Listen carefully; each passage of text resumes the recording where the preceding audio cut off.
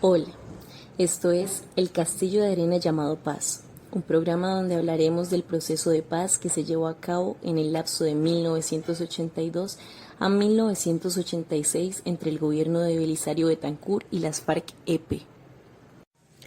En este proceso nos encontramos por un lado con el entonces presidente Belisario Betancur, quien demuestra sus intenciones de construir paz desde el momento en que llega a la presidencia. De hecho, es el primer presidente en asumir que el conflicto armado interno responde a unos factores objetivos, no concretamente a acciones terroristas. Esto quiere decir que reconoció también la necesidad de reformas políticas, económicas y sociales. Por ello, da un primer paso promulgando el 19 de noviembre la Ley 35 de 1982 o Ley de Amnistía. Por otro lado está la guerrilla de las FARC-EP, que se encuentra en un momento muy distinto. En mayo de 1982 realizan la séptima conferencia, o bien llamada la Conferencia de la Expansión. Esto quiere decir que mientras que se desarrollaban los diálogos, las FARC-EP estaban en su momento de mayor crecimiento político, militar y territorial, pues empezaron a avanzar hacia zonas menos periféricas del país. Además, es precisamente en esta conferencia cuando se autodefinen como una guerrilla de ofensiva, no simplemente de defensa.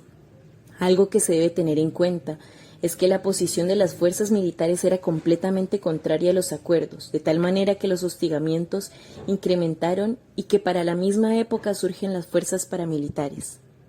En el ambiente internacional se tomó una posición autónoma, puesto que la actitud de obtener la paz con las guerrillas era contraria a las políticas del gobierno norteamericano del entonces presidente Ronald Reagan. Sin embargo, en la época se avanzaba en gestiones del Grupo Contadora, con países como México, Panamá y Venezuela. El grupo llegó a reunir embajadores de la paz en la Casa de Nariño, incluyendo el embajador Stone de los Estados Unidos. Es así que este proceso en realidad careció de terceras partes que actuaran como mediadoras o facilitadoras. En algunos momentos la Comisión de Paz asumió este papel, pero cabe aclarar que su postura estaba explícitamente con el gobierno, es decir, que al no ser imparciales no podían tomar este cargo. El papel que desempeñó la sociedad civil podría considerarse como un obstáculo. Los partidos políticos tradicionales se vieron amenazados por la avanzada política de los partidos de izquierda y retiraron su apoyo a Belisario Betancur al sentir que sus intereses no eran tenidos en cuenta en este proyecto de gobierno, incluso su propio partido, el Partido Conservador. Y los gremios económicos denunciaban las constantes arremetidas por parte de la guerrilla contra importantes propietarios y ganaderos, lo que generó desconfianza en el proceso. Lo anterior se evidencia en este registro por parte de Noticias Caracol, donde el entonces presidente de la Comisión de Paz, John Agudelo Ríos, dice: Yo nunca he sido escéptico sobre el problema de la paz. Me parece que sí, es muy difícil adelantarla sin un mayor apoyo de todos. Los de la Comisión de Paz nos sentimos un poco solitarios. No hemos tenido en realidad un apoyo real de muchos sectores de la vida del país que hubieran sido determinantes de que el proceso avanzara mucho. La metodología del proceso de paz representa su columna vertebral y refiere tanto a las conversaciones como a los momentos previos a estas. Las primeras acciones del expresidente en búsqueda de la paz se remontan a su posicionamiento en 1982 y a la reintegración del comisionado de paz junto a la ley de amnistía el mismo año. Importante suceso que llevó a las primeras aproximaciones y a diálogos, los cuales fueron trasladados a la Uribe Meta. Ya en la Uribe se integra el Comité de Verificación del Cumplimiento de los Acuerdos, el cual vela por el cumplimiento de las partes en los acuerdos logrados. Se crea el Plan Nacional de Rehabilitación o PNR, todo en 1984. Por esta se planea la reintegración política, económica y social de las FARC-EP, mediante la luego conocida Unión Patriótica UP, creada en 1985. Esta venía siendo la metodología y se caracterizó por no ser muy explícita y más bien flexible, puesto que no hubo muchos mecanismos para el cumplimiento de garantías ni métodos de supervisión eficientes para los acuerdos pactados, además de la poca claridad que hubo con la dejación de armas. Ya en la mesa de negociación, los temas consisten en un periodo de prueba y cese al fuego bilateral de las FARC-EP y el Ejército Nacional, el cual se incumplió. Sin embargo, Cumplido ese periodo entrarían las negociaciones y temas los cuales entrarían en diálogo.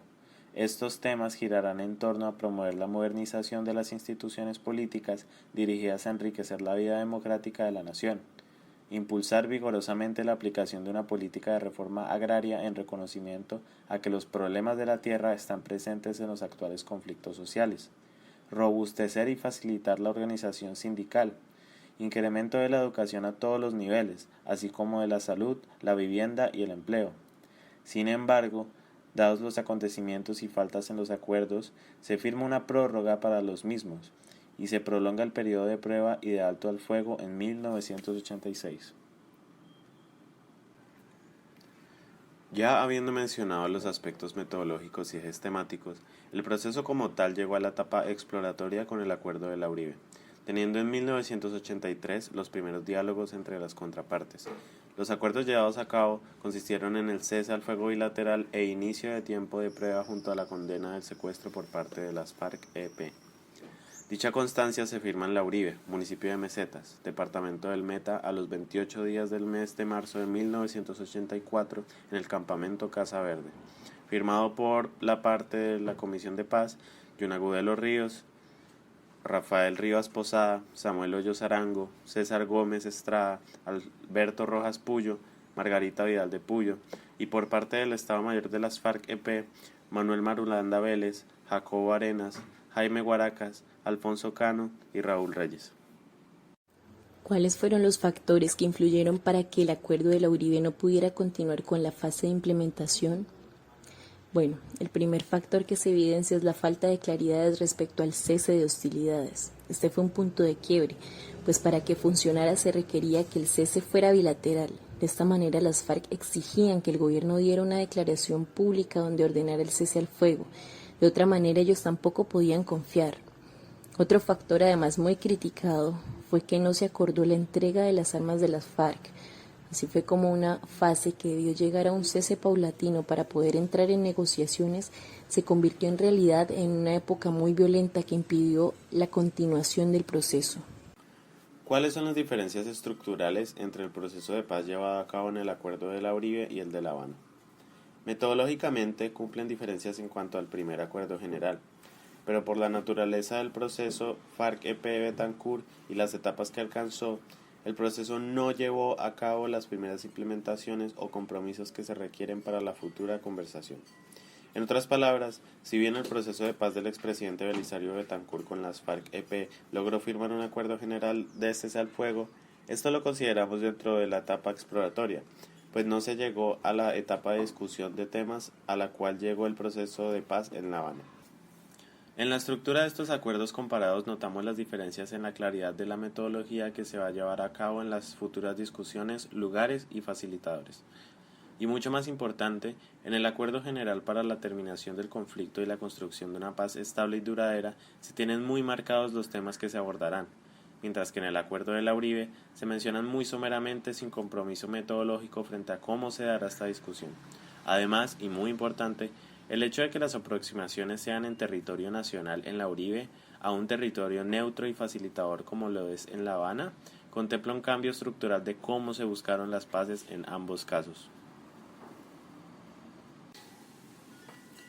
Al comparar este proceso de paz con el reciente acuerdo pactado en La Habana entre el gobierno Juan Manuel Santos y las FARC-EP, podemos evidenciar que el respaldo de los distintos sectores políticos, económicos y sociales es fundamental para el desarrollo de las negociaciones.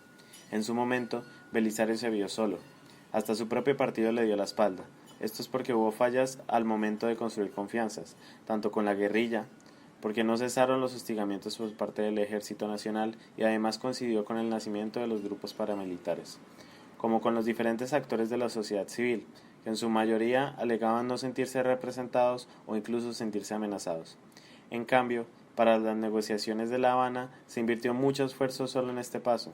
De hecho, la decisión de llevar a cabo el diálogo en otro país que funcionara como mediador facilitó todo el proceso de construir confianzas y aunque buena parte de los partidos tradicionales se opusieran férreamente, como lo hizo abiertamente el Centro Democrático, el respaldo que brindaron los partidos alternativos y las organizaciones sociales fueron decisivos para superar las distintas fases del proceso. A manera de conclusión, resaltamos el arduo trabajo que significa construir la paz. Elegir construir cuando destruir es tan fácil. Por eso, a pesar de las dificultades y múltiples obstáculos que sufrió este proceso, se destaca que hubo verdadera voluntad de paz de ambas partes. Sin embargo, en una nación se necesita más que una iniciativa. Se necesita planeación, garantías, estructura, unión, población, acompañamiento y ayuda tanto de la sociedad civil como de los partidos políticos y los organismos internacionales. En definitiva, si no fue el proceso que firmó la paz, fue el primero en intentarlo, y por ende, el primer grano de arena en este castillo frágil llamado la paz en Colombia.